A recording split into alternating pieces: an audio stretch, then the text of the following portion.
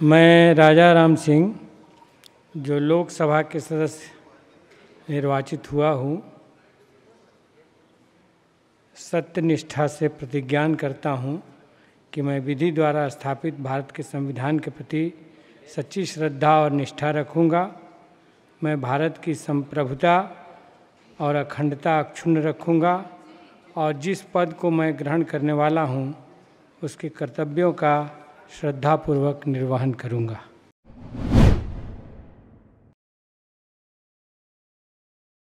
एक सवाल पूछता हूँ, how can you save a drop of water from drying? I repeat, how can you save a drop of water from drying? Simple है, by putting it into the ocean. Now how can you save a nation from going down in humility, justice and equality? By teaching them compassion. ये सुनने में बड़ा आदर्शवादी लगता है, लेकिन सच है। तो इस सच को जानने के लिए मिलेंगे राजा राम सिंह खुशवाहा जी से, जो कि CPI-ML को रिप्रेजेंट करते हैं और 2024 के लोकसभा चुनावों में बिहार की काराकट सीट को 1 लाख से भी ज़्यादा वोटों से जीते। चलिए मिलते हैं और जानते हैं कि सिविल इंजीनियरिंग की पढ़ाई करने के बावजूद आखिर बचपन की ऐसी कौन सी आदत ने उनको जन नेता बना दिया। चलिए मिलते हैं। सर, आपके बचपन के बारे में कुछ बताइए, आपकी फैमिली, एजुकेशन, गांव। देखिए, मेरा गांव जो है अनुमंडल हेडक्वार्टर से करीब 6.5 किलोमीटर दूर पर एक शुरू से ही मैंने अच्छा गांव के बतौर कह सकते हैं आप रहा है। वहाँ पर मान लीजिए कि 47 में वहाँ लोअर स्कूल था उस गांव में। बाद में हाई स्कूल बना, प्राथमिक विद्यालय, मिडिल स्कूल तो पहले से था। गांव मतलब एक आइडियल जगह पर है। वो मुख्य सड़क से करीब 1.25 किलोमीटर दूर है और गांव और मुख्य सड़क के बीच में एक बड़ा सा मैदान है। चारों ओर पानी पानी रहता है, धान की खेती होती है, बीच में वो बलुआही मैदान है, बहुत खूबसूरत है। तो वहीं पर मेरा जन्म हुआ। मेरे पिता एक किसान थे और गांव के जेठरैयत रहे बाबा। तो एक कृषक परिवार रहा है शुरू से। और मतलब ऐसे तो पिताजी ने भी 3री कक्षा पास की थी अपने ज़माने में, लेकिन हमारे भाइयों से वो सिलसिला आगे बढ़ा। हम अपने 3 भाइयों में सबसे छोटे भाई हैं। बड़े भाई ने शिक्षक की नौकरी की मिडिल स्कूल में और मांझिल भाई ने उन्होंने भी हाई स्कूल में शिक्षक की नौकरी की। अब सब रिटायर हो गए और मैंने सिविल इंजीनियरिंग की डिग्री ली। सिविल इंजीनियरिंग से फिर पॉलिटिक्स में कैसे इंटरेस्ट जाग गया? पॉलिटिक्स में असल और भी पहले, मतलब कहिए कि हम उस समय 7वां 8वां के विद्यार्थी थे। तो ख़ास तौर से नक्सलवाड़ी उभार ने हमें प्रभावित किया था। उसकी अनुगूंज मेरे गांव में भी पहुंची थी। शुरू से एक नेचर में सामाजिकता थी, मतलब घर से में भूजा या कुछ भी खाने का चीज़ मिलता घर में तो उसको लेके हम गली में निकल जाते और सबके साथ जो बच्चे थे उनके साथ साझा करके ही खाते थे। मैं छात्र अनुशासित संघ बनाया था हमने 6ठा क्लास में और घरेलू पब्लिक लाइब्रेरी योजना से हम लोग किताबें मंगाते थे। तो शुरू से इस तरह का एक कहिए, अब वो संस्कार कहिए या जो कहिए, लेकिन ये था। बचपन से ही समाज सेवा का जो भाव रहा है, फिर उस भाव से पार्टी पॉलिटिक्स में कैसे आना हुआ? जिस पार्टी के संपर्क में आया CPI-ML के, तो उसकी अनुगूंज गांव में पहुंची थी और पहली बार घर कहिए तो छोड़े थे हम लोग 70-71 में क्रांतिकारी बनने के लिए। उस समय चैत का महीना था, भोर था और भगत सिंह, चंद्रशेखर आज़ाद, इनकी प्रतिमा दिमाग में होती थी कि देश में बदलाव होना चाहिए, अभी भी ये असमानता क्यों है, गरीबी क्यों है। तो इस तरह का एक भावना के साथ हम लोग मतलब, लेकिन फिर उसमें मतलब फिर वापस घर आए, फिर पढ़ाई शुरू हुई, लेकिन ये द्वंद्व चलता रहा। उसी द्वंद्व में ही मैट्रिकुलेशन पास किए। इंटरमीडिएट मेरा 78% नंबर था, पटना यूनिवर्सिटी के स्टूडेंट हम लोग थे। इंजीनियरिंग कॉलेज में डायरेक्ट एडमिशन हुआ था। तो मतलब एक दुविधा भी कि पढ़ाई करें, निजी करियर बनाएं या फुल टाइम समाज की सेवा करें, देश की सेवा करें, ये भावना का क्लैश मन ही मन शुरू से ही चलता रहता था। वो उम्र तो अंतर्द्वंद की उम्र होती है। पढ़ाई में कैसे थे सर आप? पटना यूनिवर्सिटी में मेरा 32वां पोजीशन था। इंजीनियरिंग कॉलेज में डायरेक्ट एडमिशन हुआ था और 2 साल कहिए तो मतलब पढ़ाई में रुचि रही। उस तरह से काम चलता रहा। छात्र आंदोलन से जुड़ गए हम लोग, छात्र संगठन से जुड़ गए फर्स्ट ईयर सेकेंड ईयर, लेकिन थर्ड ईयर फोर्थ ईयर तो पढ़ाई ही नहीं हुई। बस केवल स्टूडेंट एक्टिविटी, भिन्न भिन्न सवालों पर जुलूस प्रदर्शन, ये सब चलता रहा। आपने अपने दौर में नक्सलवाड़ी मूवमेंट देखा। ऐसा क्या हुआ कि कम्युनिस्ट रिवोल्ट हमेशा ईस्टर्न सेक्टर में ज़्यादा रहा, वेस्टर्न सेक्टर में ऐसा नहीं रहा, और आज तो कम्युनिज्म बहुत ही कमज़ोर हो गया है, ऑलमोस्ट ख़त्म होने की कगार पर है? बाद में हमने थोड़ा इतिहास की कुछ किताबों को भी पढ़ा तो चीज़ें ख़त्म नहीं होती हैं, ये मैंने देखा। मैं एका पढ़ रहा था, वो पूर्वी मतलब उत्तर प्रदेश का पूर्वांचल का इलाका और अवध का कुछ इलाका, जो मदारी पासी और क्या उनका नाम है, एक और दोनों का इलाका था, बाबा रामचंद्र दास। जबकि उस इलाके ने आज़ादी की लड़ाई में ख़ास तौर से 1857 में बहुत दमन झेला है। एक तरह से क्रश कर दिया गया था। मैंने हर पेड़ पर फांसी पर लटका हुआ कोई न कोई आदमी था, वो बिहार में भी और वो पूर्वांचल में भी और अवध के इलाके में भी। तो वो क्रश नहीं हुआ। लेकिन फिर मैं देखता हूँ कि 40 के दशक में या 20 के बाद फिर से किसान सहजानंद सरस्वती उत्तर प्रदेश में पैदा हुए ज़रूर, लेकिन उनकी कर्मभूमि बना बिहार। वहाँ 40 के दशक में बड़े किसान आंदोलन हुए, त्रिवेणी संघ का आंदोलन हुआ, या फिर इधर मैंने जो बताया आपको कि बाबा रामचंद्र दास और मदारी पासी के नेतृत्व में बड़े किसान आंदोलन हुए। तो मुझे यही लगा कि मैंने चीज़ें ख़त्म नहीं होती हैं। वो एक जिसको कहते ना है कि ये मेरे खून में है, तो कुछ उसी ढंग का इतिहास की धारावाहिकता एक बन जाती है। आज भी जैसे हम झारखंड जाते हैं तो हमने कहा भी कि झारखंड का संथाल विद्रोह ये 1857 का भी प्रेरक और जनक रहा है।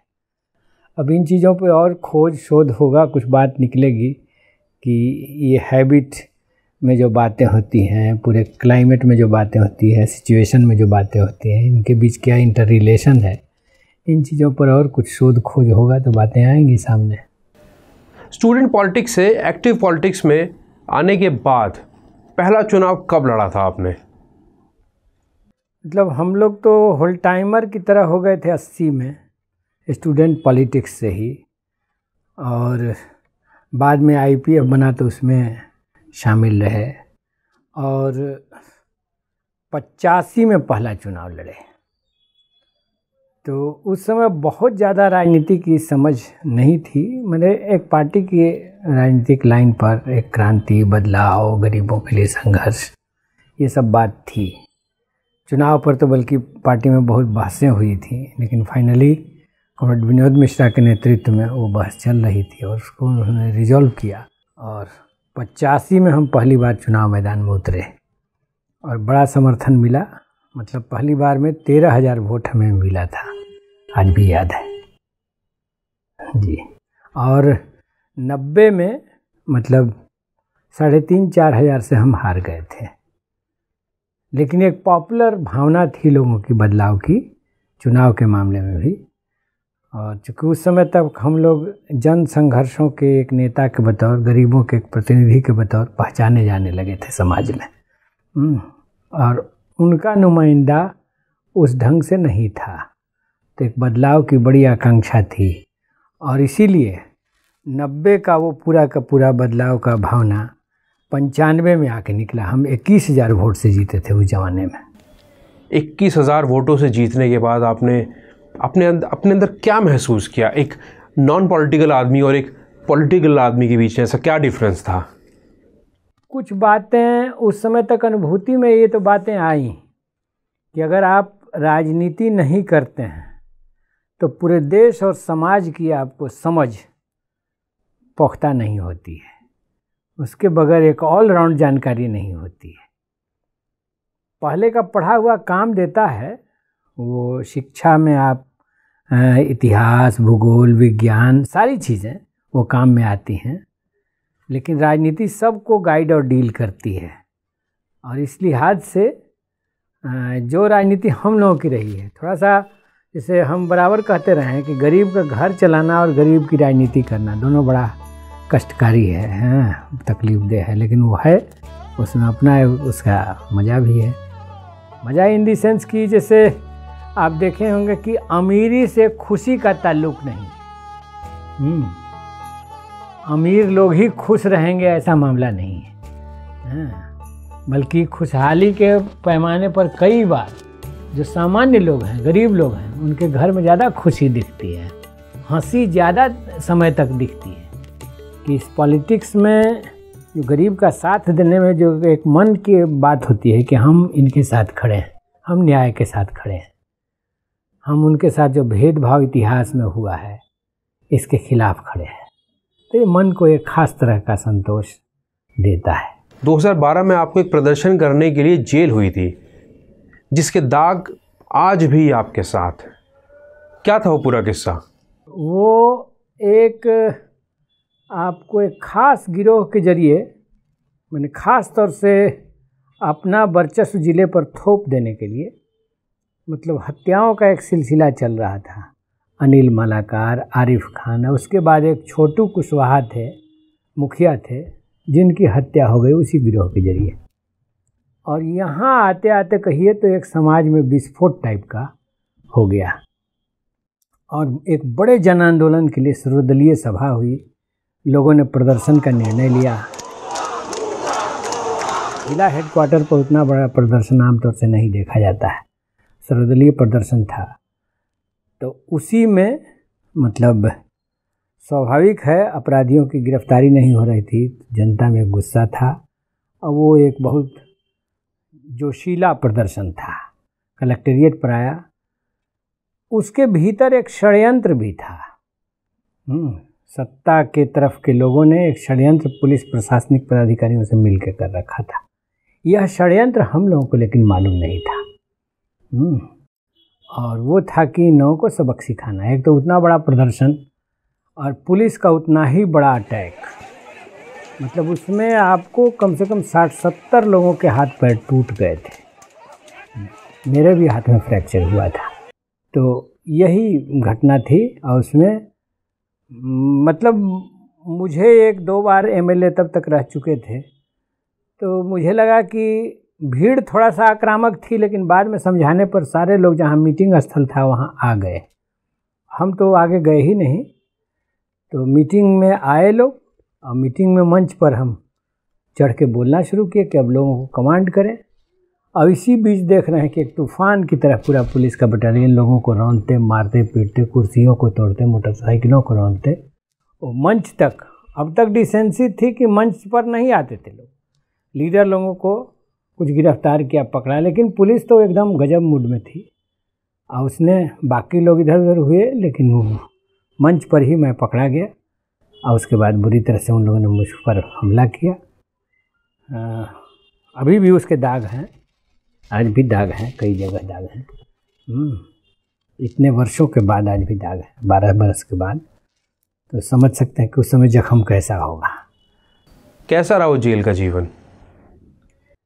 जेल में जिस तरह का हो सकता है उतना हुआ, लेकिन फिर भी हर जगह हर तरह के लोग हैं। वहाँ भी कुछ सहयोगी भी थे जिन लोगों ने मान ली कि जेल में, अच्छा जेल जीवन जो रहा, समझ लीजिए कि अब जिस वार्ड में हम लोग थे, एक बड़े जन आंदोलन के शीर्ष पर खड़ा होते हुए चूँकि हम लोग जेल पर गए थे, तो इसलिए प्रतिदिन जो सब्जी लेने वाला झोला होता है, तो एक झोला अंगूर, एक झोला संतरा या सेब आता था।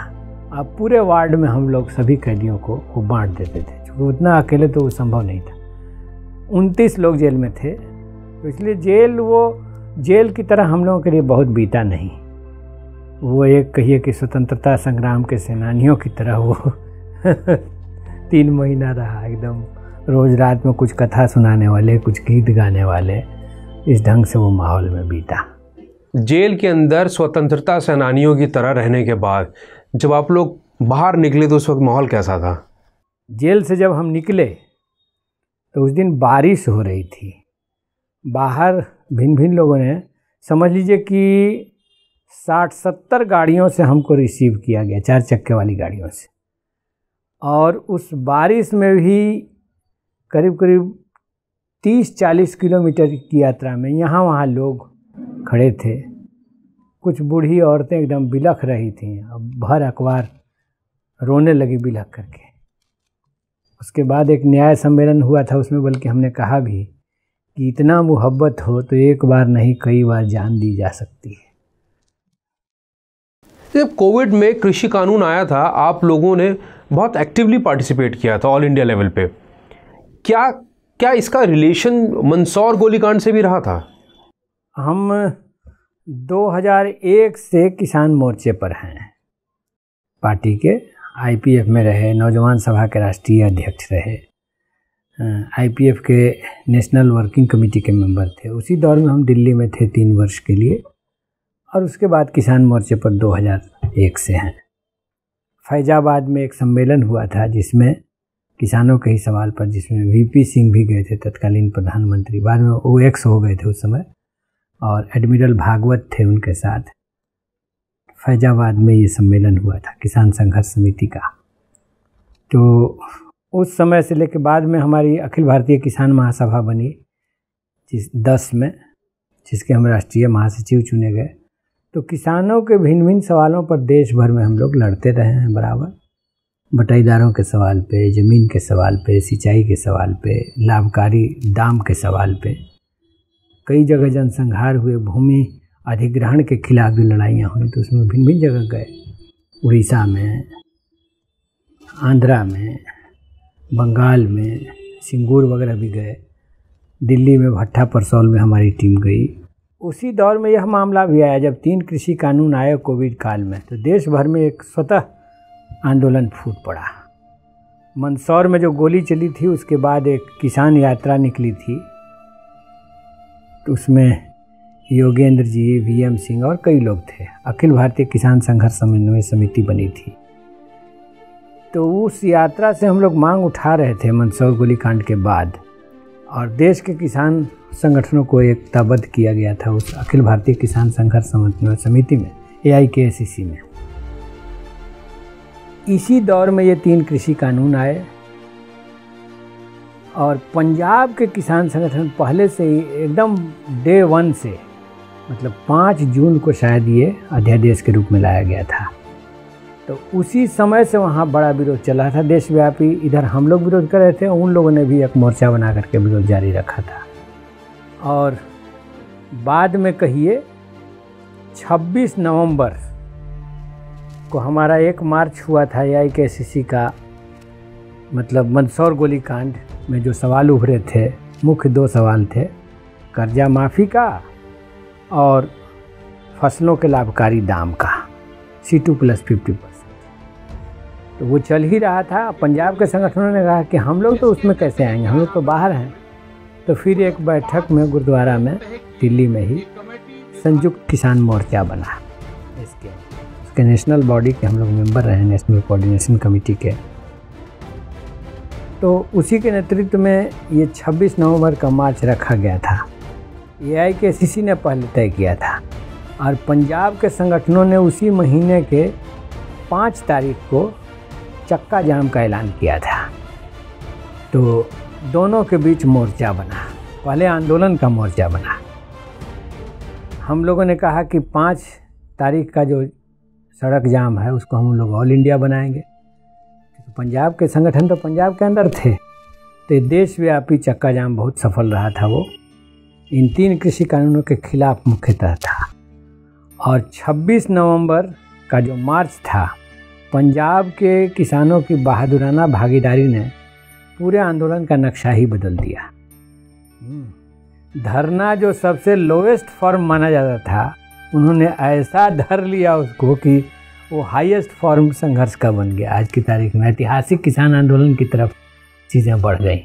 उस दौर में आप लोग किस किस एरियाज़ में एक्टिवली पार्टिसिपेट किया करते थे?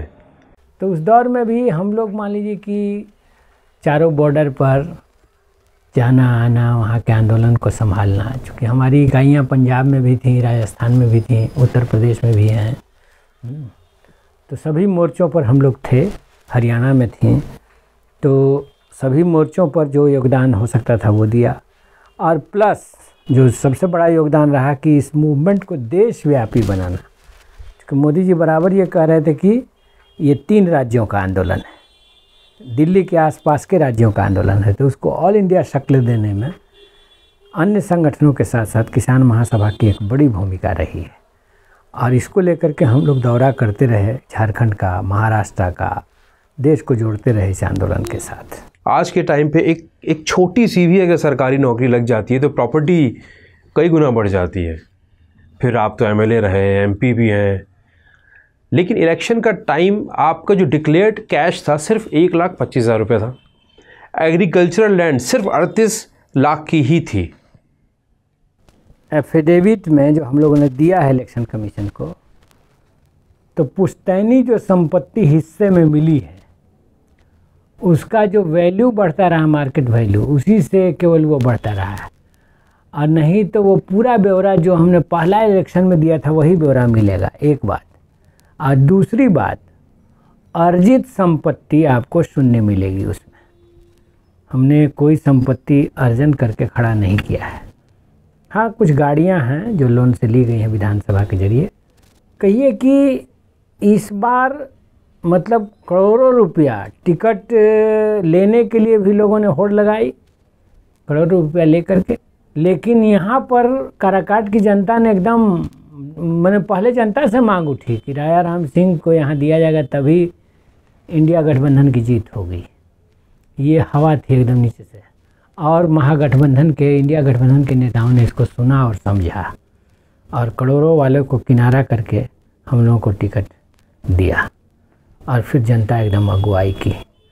तो ये for the people, of the people, by the people जो आप डेमोक्रेसी की परिभाषा में कहते हैं, तो सच पूछिए तो काराकाट में वो उतरा, ज़मीन पर उतरा। और इस लिहाज से जो भी चंदे भी आए, जो खर्च भी हुआ, उसका एक बड़ा हिस्सा लोगों का सहयोग था। किसान आंदोलन के भी कुछ नेताओं ने मदद किया और वहाँ पर आम जनता ने, गरीबों ने।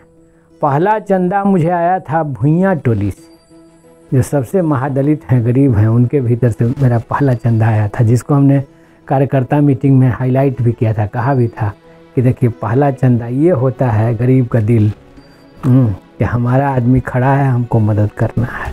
तो मैंने पंचायत प्रतिनिधि, विभिन्न लोगों ने खुल करके मदद किया, अपने गाड़ी से, साधनों से, पैसे से, सब से। एक जगह ऑफिस खोलने की बात हुई तो एक किसान उठे, बोले कि पूरा खर्चा अनाज का, चावल का मेरा रहेगा, कुछ राइस मिल वाले। तो इसी तरह से विभिन्न तरह के लोग, क्योंकि लोगों के भीतर अब इंडिया गठबंधन बनने से इतना निश्चित हो गया कि ये जीत हमारी पक्की है, तो हमारे लोगों में भी जोश आ गया। अपनी पार्टी के मैंने देखा कि पुराने साथी जो घर बैठ गए थे, वो सब लोग सक्रिय हो गए चुनाव में। इसलिए ये जीत कहिए तो जनता की जीत है। और हमने बाद की मीटिंगों में, सभाओं में कहा भी कि त्वदीयम वस्तु गोविंद तुभ्यमेव समर्पय, मैं इस जीत को आपको समर्पित करता हूँ, ये आपकी जीत है। आपके सामने एक बहुत फेमस सेलिब्रिटी खड़े हुए थे जिनकी फ़ैन फॉलोइंग आपसे बहुत ज़्यादा है, स्पेशली बिहार और ईस्टर्न यूपी में, क्या आपको कभी चिंता नहीं हुई कि रिज़ल्ट को लेकर के? नहीं, मुझे एक दिन के लिए भी यह चिंता नहीं हुई। मैंने बल्कि कहा दूसरे ढंग से कि हर को चुनाव लड़ने का अधिकार है, वो सिंगर हो, आर्टिस्ट हो, मजदूर हो, किसान हो, किसी को भी चुनाव लड़ने का अधिकार है। हाँ, ज़रूर पवन सिंह से हमने दूसरा सवाल एक ज़रूर पब्लिक लाइफ में दागा था। वो सवाल ये था कि सबसे पहले इस देश में जब तानाशाही का खतरा महसूस किया गया, आज़ादी पर पाबंदी लगने लगी, कलम की आज़ादी पर भी पाबंदी लगने लगी, तो सबसे पहले पुरस्कार वापसी का सिलसिला कलाकारों, साहित्यकारों, फिल्मकारों इन्हीं के जरिए हुआ था। तो उस समय पवन सिंह कहाँ खड़ा थे, ये सवाल ज़रूर हमने पब्लिकली पूछा था। लेकिन मैंने मूड देखा था वहाँ के युवाओं का कि वो इस बार मतलब रोज़गार देने वाली सरकार लाना चाहते हैं। इसलिए हमने कहा कि काराकाट के नौजवान मनोरंजन के मूड में नहीं है, वो अभी देश में रोज़गार देने वाली सरकार लाना चाहते हैं। और एनडीए अपने वादे पर फेल हो चुकी है, इसलिए वो इंडिया की सरकार लाना चाहते हैं। तो ये मैंने मूड देखा था और इसी के आधार पर हमें एक मिनट के लिए भी, एक दिन के लिए भी ये घबराहट, ये बेचैनी नहीं थी।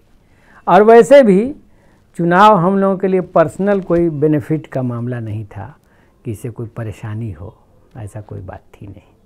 काराकट सीट से आपने पवन सिंह को 1 लाख वोटों के बड़े मार्जिन से हराया। कैसा रहा इतना बड़े मार्जिन से जीतना? मतलब मार्जिन थोड़ा सा घटा, हम लोगों का अनुमान था, रिजल्ट आने से थोड़ा सा हमको झटका लगा। हमारा अनुमान था कि 2 लाख का मार्जिन होगा, लेकिन थोड़ा सा इन लोगों ने जो अपना पैसा खर्च किया या भिन्न तरह की मैन्यूवरिंग्स की, तो उसके ज़रिए कुछ वोट इन लोगों ने खींचा गरीबों का। नहीं तो जिस प्रकार का गरीबों में एकता और उभार था वो अद्भुत था। जिसने भी उस दौर में काराकाट का भ्रमण किया वो बिल्कुल ज़मीनी हकीकत उसको पता थी। जो बाहर से केवल सेलिब्रिटी ये वो देखता रहा वो भ्रमित ज़रूर था। हाँ, सोशल मीडिया कैंपेन, हाँ, ट्विटर, तो इससे ज़रूर वो भ्रमित था कि पवन सिंह बाजी मार ले जाएंगे। लेकिन ज़मीन पर जो भी पत्रकार गया वो वहाँ पर जनता की आवाज़ थी एकदम कि नहीं, यहाँ पर राम सिंह जीतेंगे, इंडिया गठबंधन जीतेगा। और फिर हमारा अपना पार्टी का ढांचा भी है। वहाँ से काराकाट विधानसभा क्षेत्र से हमारे एमएलए हैं बजाबता, उनकी भी अच्छी लोकप्रियता है, कई बार वो एमएलए रहे हैं। तो वो सांगठनिक ढांचे भी हैं। कुछ इलाके हैं जहाँ हमारा ढांचा कमज़ोर है, तो वहाँ आरजेडी का है, इंडिया गठबंधन के अन्य घटक दलों का है, तो उनसे सपोर्ट मिल गया। इसीलिए हम 6 के 6 विधानसभा क्षेत्र से लीड किए। काउंटिंग में हम फर्स्ट राउंड से जो लीड करना शुरू किए तो लास्ट राउंड तक वो लीड रहा। आपको जनता का इतना बड़ा सपोर्ट मिला है, क्या प्लान है आपके अगले 5 साल तक के लिए? अपने क्षेत्र में कैसे डेवलपमेंट को लेकर सोचा है आपने? देखिए, वहाँ सबसे वो मेरे ज़िंदगी के राजनीतिक जीवन का एक बड़ा सपना भी है।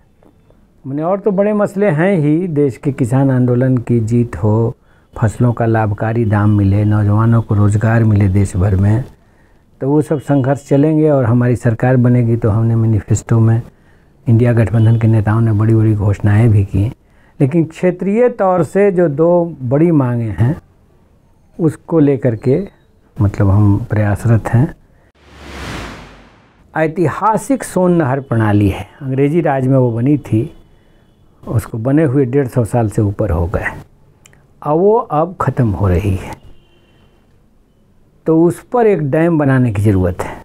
हिस्से का पानी मिलता नहीं है। पानी तब मिलता है जब चारों ओर पानी पानी रहता है और वो सारा पानी बह करके समुद्र में चला जाता है, तो उसको स्टोर करने की क्षमता हमारी नहीं है। इसलिए नहरों में अब हम टेल एंड तक पानी नहीं दे पा रहे हैं। तो एक तो ये है। रेलवे से जुड़े बहुत सारे सवाल हैं।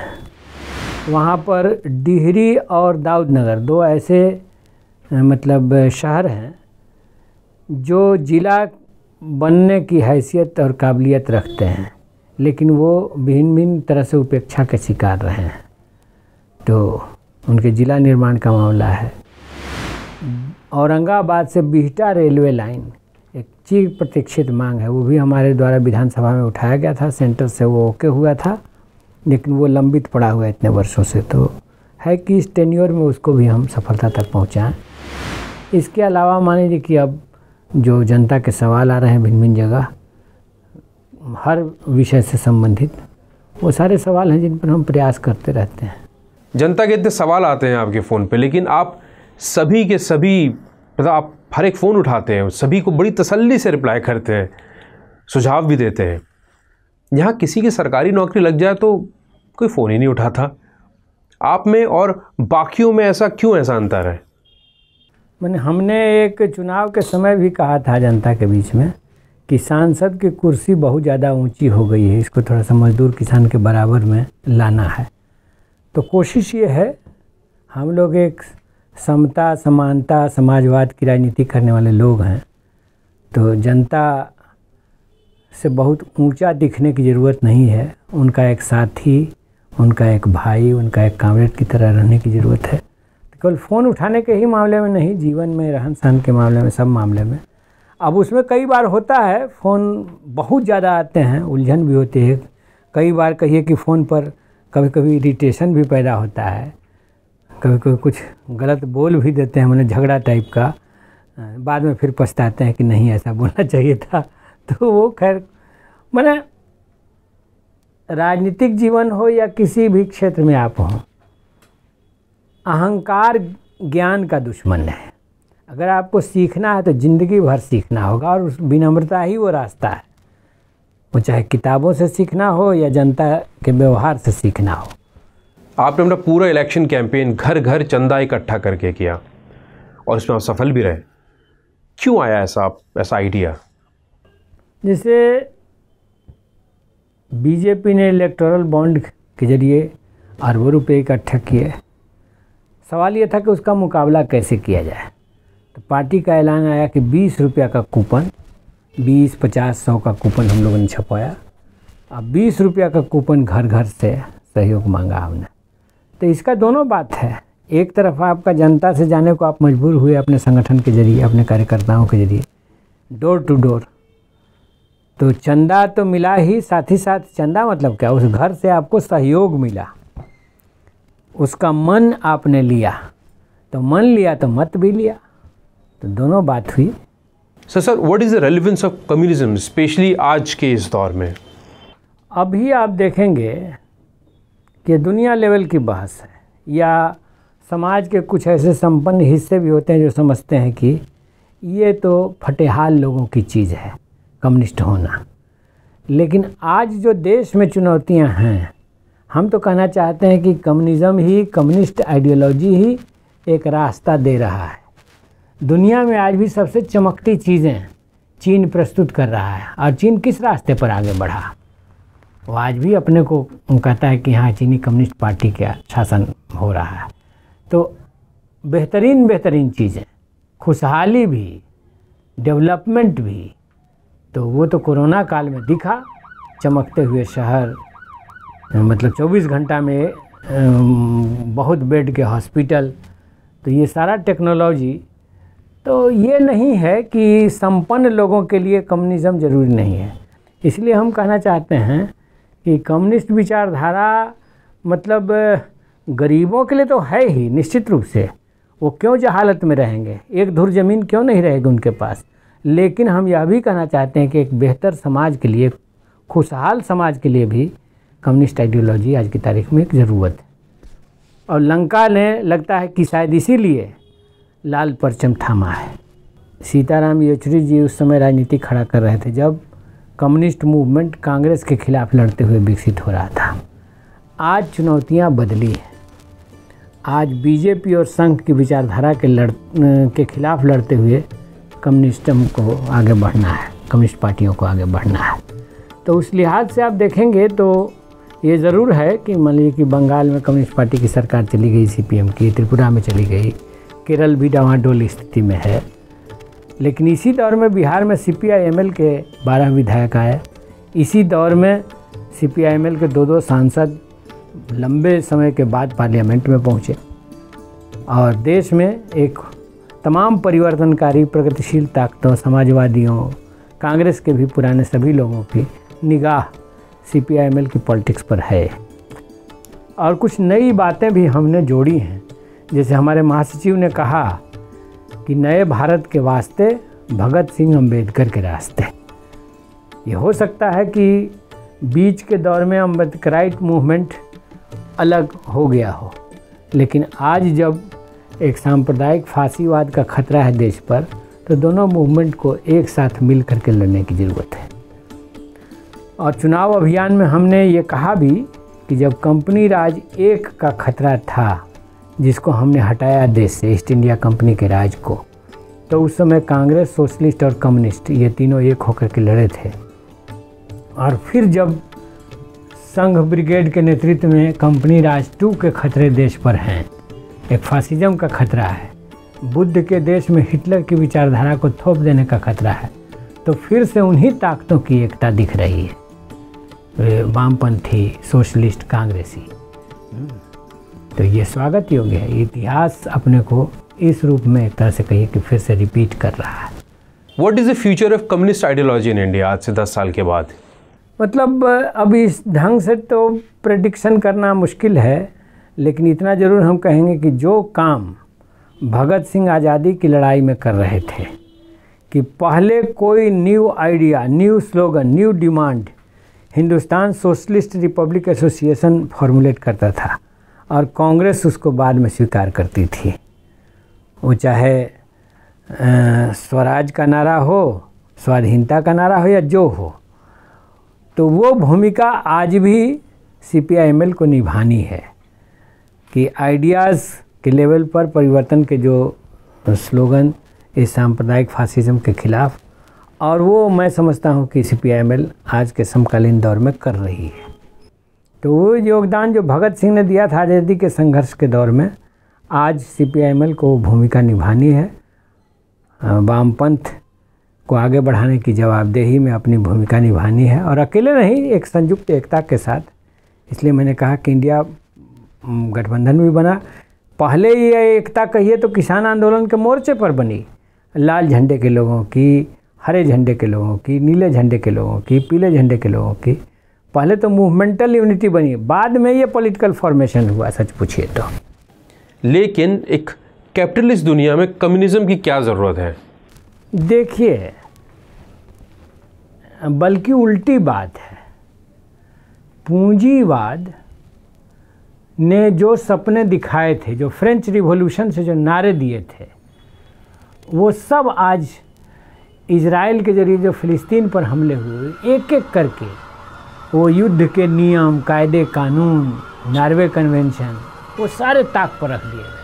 हॉस्पिटल पर हमले हुए, राहतें बंद कर दी गई कि राहत नहीं जाएगा, राहत नहीं जाने से भूख से मर जाएंगे लोग। पानी नहीं जाने दिया गया कि पानी प्यासे मर जाएंगे लोग। तो पूंजीवाद का नंगा चेहरा दुनिया के सामने आ रहा है। इसलिए जो एक समय फ्रांसिस फुकुयामा में लिखा था कि इतिहास का अंत हो गया, तो यह अंत इतिहास को मंजूर नहीं है। और कम्युनिज्म एक सपना है ज़रूर कि ऐसा समाज बनेगा जिसमें मानव द्वारा मानव का शोषण खत्म हो जाएगा, एक समानता, एक बराबरी का राज आएगा। तो मैं तो समझता हूँ कि मानवता को ऐसा ही सपना देखना चाहिए कि एक खुशहाल, एक शोषण विहीन समाज, एक बराबरी का समाज जिसमें सबके बौद्धिक क्षमता का एक बेहतर इस्तेमाल हो, तमाम तरह का भेद खत्म हो। तो मैं समझता हूँ कि ह्यूमैनिटी को तो ऐसा सपना देखते रहना चाहिए, इसको साकार करने के लिए अपनी तमाम कोशिश, तमाम ऊर्जा लगाते रहना चाहिए। जो लोग पॉलिटिक्स में आना चाहते हैं और सच्ची भावना से समाज और देश की सेवा करना चाहते हैं, उन लोगों के लिए आपकी क्या राय है? मतलब देश को हमें बचाना है। बहुत समृद्ध देश ये रहा है, और देश को न उसके समाज को तोड़ने देना है, न देश को तोड़ने देना है। और इस मामले में अम्बेडकर, बाबा साहब डॉक्टर भीमराव अम्बेडकर एक बड़े विजनरी हैं। और उन्होंने जो कहा कि हमारा संविधान देश के नागरिकों के बीच में लिंग, जाति, भाषा और धर्म के आधार पर भेदभाव नहीं करता, तो हिंदुस्तान को ये आगे ले जाने का रास्ता है, उसको जोड़ के रखने का रास्ता है। इसको तोड़ देने की कोई भी कोशिश करेगा तो भारतीय समाज बिखर जाएगा, और ये नहीं होने देना चाहिए। यह देश बुद्ध का, उनकी रैशनैलिटी का, तार्किकता का देश है और ज्ञान पर पहरा किसी भी दौर में नहीं चलना चाहिए। हिटलर की विचारधारा देश में इसीलिए रुक गई एक जगह आकर के, लेकिन आज जो एकाधिकार पूंजी है वो अपने स्वार्थ में दुनिया को बर्बाद करने में हर लेवल पर लगी हुई है और उसको रोका जाना चाहिए। तो ये थे राजा राम सिंह जी, अगले 5 साल के नक्शे के साथ एकदम तैयार। अनसंग इंडिया फाउंडेशन के चैनल के साथ बने रहिए, काफ़ी कुछ है सुनाने को, दिखाने को। जय हिंद।